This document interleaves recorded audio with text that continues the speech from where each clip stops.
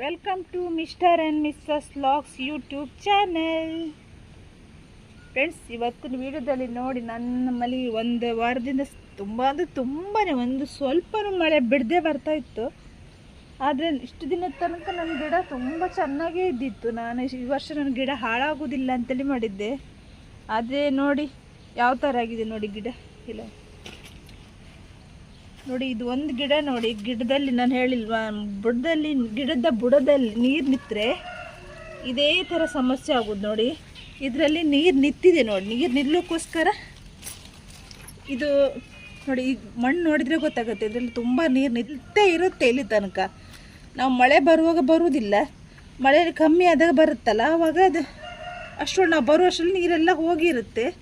ಅಂದರೆ ಒಂದೇ ಬೇಗ ಹೋಗೋದಿಲ್ಲ, ಎಲ್ಲ ಪಾಟಲ್ಲಿ ಮಳೆ ನೀರು ಬಿದ್ದರೂ ಕೂಡ ಸೀದಾ ಹೋಗುತ್ತೆ. ಇದರಲ್ಲಿ ಹಾಗೆ ಹೋಗೋದಿಲ್ಲ, ಸ್ವಲ್ಪ ಹೊತ್ತು ನಿಂತು ಆಮೇಲೆ ನಿಧಾನಕ್ಕೆ ಹೋಗುತ್ತೆ. ಹಾಗಾಗಿ ಗಿಡ ನೋಡಿ ಯಾವ ಥರ ಆಗಿದೆ ನೋಡಿ. ಗಿಡ ಎಲ್ಲ ಫುಲ್ ಚೇಂಜ್ ಆಗಿದೆ ನೋಡಿ. ನೋಡಿ, ಇದೆಲ್ಲ ಬದುಕುವುದಿಲ್ಲ ಅನಿಸುತ್ತೆ ನೋಡಿ, ಆ ಥರ ಆಗಿದೆ ನೋಡಿ. ಎಲ್ಲ ಒಣಗಿ ಹೋಗಿದೆ. ಅದೇ ನೀರು ನಿಂತರೆ ಮತ್ತು ಏನು ಮಾಡೋಕ್ಕೂ ಆಗೋದಿಲ್ಲ.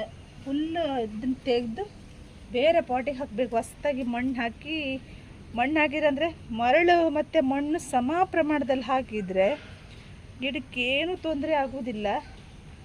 ನಾವೇನು ಮಾಡ್ತೀವಿ ಅಂದರೆ, ಸ್ವಲ್ಪ ಮಣ್ಣೇ ಜಾಸ್ತಿ ಹಾಕಿ ಮರಳು ಕಮ್ಮಿ ಹಾಕಿದರೆ ಬುಡ ಒಂಥರ ಗಟ್ಟಿಯಾಗಿ ಅಂಟು ಥರ ಆಗುತ್ತೆ. ಅಂಟಾದ್ರೂ ಕೂಡಲೇ ಅದೇನಾಗುತ್ತೆ ಅಂದರೆ ಅದಕ್ಕೆ ನೀರು ಹೋಗ್ಲಿಕ್ಕೆ ಆಗೋದಿಲ್ಲ.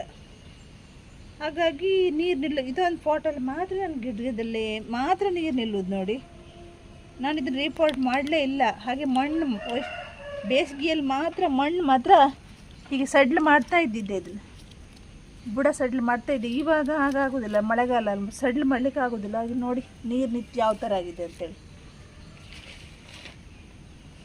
ಇದೇ ಸಮಸ್ಯೆ ಬರುತ್ತೆ ಫ್ರೆಂಡ್ಸ್, ಇನ್ನೇನು ಸಮಸ್ಯೆ ಇಲ್ಲ. ಮಳೆಗಾಲದಲ್ಲಿ ನಿಮ್ಮ ಬುಡದಲ್ಲಿ ನೀರು ನಿಂತರೆ ಮಾತ್ರ ಏನಾದರೂ ಸಮಸ್ಯೆ ಶುರುವಾಗುತ್ತೆ.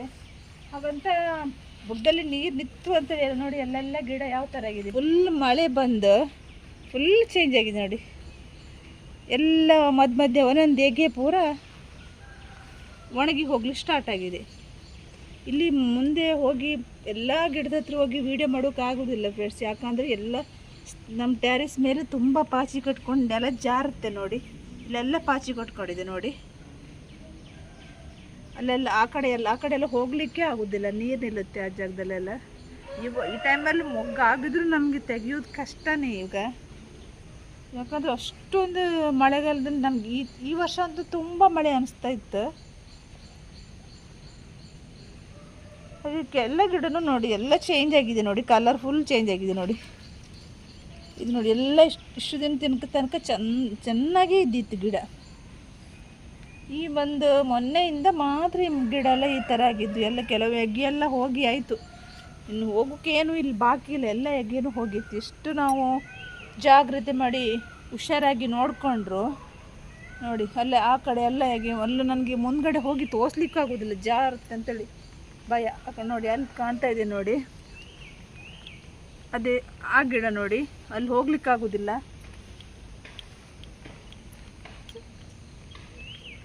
ಅದಕ್ಕೆ ನಾನು ಮುಂದ್ಗಡೆ ಹೋಗ್ಲಿಕ್ಕೆ ಆಗೋದಿಲ್ಲ, ಇಲ್ಲೇ ನಿಂತ್ಕೊಂಡು ತೋರಿಸ್ತಾ ಇದ್ದೀನಿ ಫ್ರೆಂಡ್ಸ್.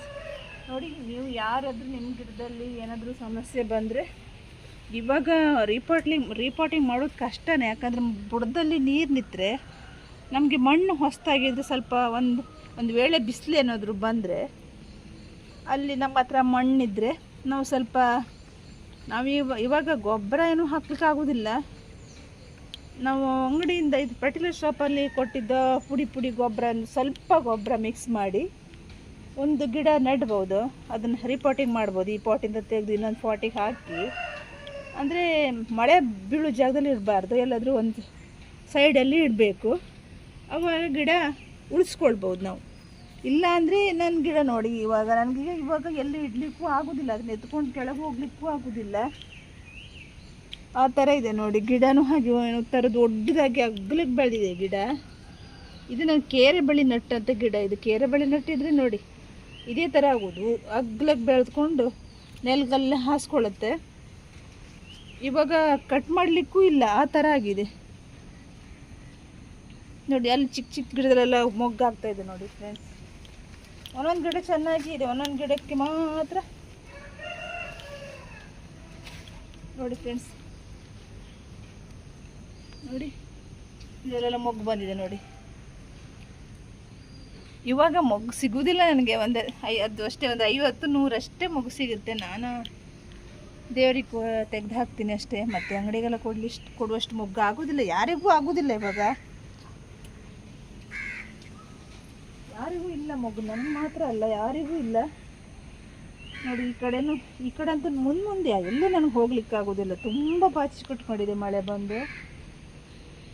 ಅದಕ್ಕೆ ನಾನು ಜಾಸ್ತಿ ಇವಾಗ ಮೇಲೆ ಬರಲ್ಲ, ಸಂಜೆ ಹೊತ್ತಲ್ಲಿ ಸ್ವಲ್ಪ ಬಂದು ನೋಡ್ಕೊಂಡು ಹೋಗ್ತೀನಿ, ಬೆಳಿಗ್ಗೆನೂ ಬರಲ್ಲ. ಯಾಕಂದ್ರೆ ಅಷ್ಟು ಇಲ್ಲಿ ಬಿದ್ದರೆ ಯಾರು ನೋಡೋರು, ನಾನು ಒಬ್ಬಳ ಬಂದಿರ್ತೀನಲ್ಲ, ಯಾರು ನೋಡ್ತಾರೆ, ಅದಕ್ಕೆ ನಾನು ಜಾಸ್ತಿ ಬರುವುದಿಲ್ಲ ಮೇಲೆ.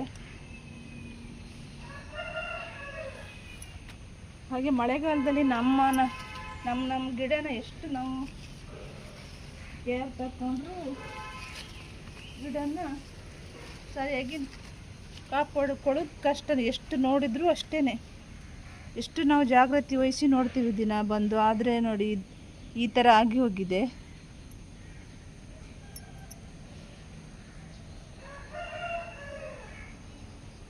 ನೋಡಿ ಆ ಕಡೆ ಅಂತೂ ಹೋಗ್ಲಿಕ್ಕೆ ಆಗೋದು, ನೀರು ನಿಂತಿದೆ ನೋಡಿ, ಬಾವಿಯಲ್ಲಿ ನೀರು ನಿಂತ್ಕೊಂಡಿದೆ ನೋಡಿ, ಆ ಕಡೆ ಎಲ್ಲ ನೀರು ನಿಂತಿದೆ ನೋಡಿ, ಅಲ್ಲಿ ಹೋಗ್ಲಿಕ್ಕೆ ಭಯ ಆಗುತ್ತೆ, ಜಾರುತ್ತೆ ಅಲ್ಲಿ. ನಮ್ಮ ಟ್ಯಾರಿಸ್ ಒಂದೇ ಥರ ಲೆವೆಲ್ ಮಾಡಿ ಅವರು ಗಾರೆ ಮಾಡಿಲ್ಲ, ಸ್ವಲ್ಪ ಮಧ್ಯ ಎಲ್ಲ ಗ್ಯಾಪ್ ಇದೆ, ಹಾಗಾಗಿ ನೀರು ನಿಲ್ಲುತ್ತೆ.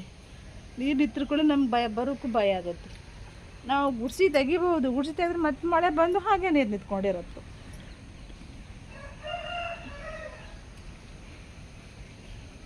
ಫ್ರೆಂಡ್ಸ್ ಈ ಕಡೆ ಎಲ್ಲ ನೋಡಿ, ಈ ಕಡೆ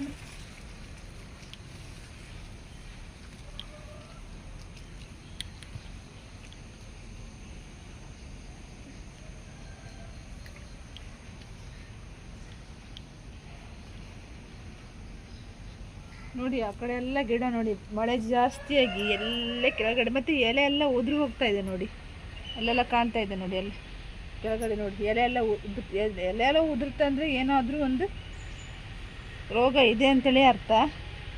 ನಾನೆಲ್ಲ ಕಟ್ ಮಾಡಿ ಹಾಕಿದ್ದೆ, ಆದರೂ ನೋಡಿ ಬಂದಿದೆ ನೋಡಿ, ಈ ಥರ ಒಣಗಿದೆ ನೋಡಿ, ಎಲೆ ಈ ಥರ ಮುಟ್ಟಿದ್ರೇ ಎಲೆ ಉದುರುತ್ತೆ ನೋಡಿ, ಪೂರ ಉದುರು ಹೋಗಿದೆ ನೋಡಿ, ಇಷ್ಟೊಂದು ಎಲೆ ಇದೆ ನೋಡಿ.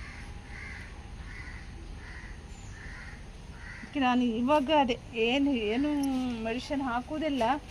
ನಮಗೆ ಹಾಕ್ಬೇಕನ್ಸಿದ್ರೆ ನಾವು ಫರ್ಟಿಲೈಸರ್ ಶಾಪಲ್ಲಿ ಹೋಗಿ ನಾವು ಕೇಳಿದರೆ ಅವ್ರು ಕೊಡ್ತಾರೆ. ನನಗೆ ಇವಾಗ ಮಳೆ ಬರೋಕ್ಕೋಸ್ಕರ ಏನು ಹಾಕಲಿಕ್ಕೂ ಆಗೋದಿಲ್ಲ, ತುಂಬ ಮಳೆ ಇದೆ, ಎಲ್ಲ ವರ್ಷಕ್ಕಿಂತ ಜಾಸ್ತಿ ಮಳೆ ಇದ್ದಾಗಿದೆ ಈ ವರ್ಷ. ಆದರೂ ನನ್ನ ಗಿಡ ಇಷ್ಟು ದಿನ ತನಕ ಚೆನ್ನಾಗೇ ಇದ್ದಿತ್ತು, ಇವಾಗ 1 ವಾರದಿಂದ ಹಾಳಾಗಿದೆ.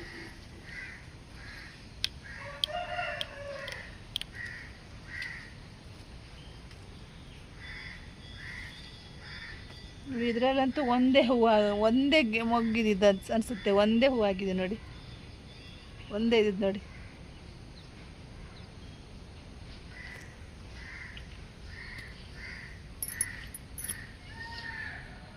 ಹಾಗೆ ನೋಡಿದ್ರಲ್ಲ ಫ್ರೆಂಡ್ಸ್, ಇವತ್ತಿನ ವಿಡಿಯೋ ಇಲ್ಲಿಗೆ ಮುಗಿಸ್ತಾ ಇದ್ದೀನಿ. Bye friends.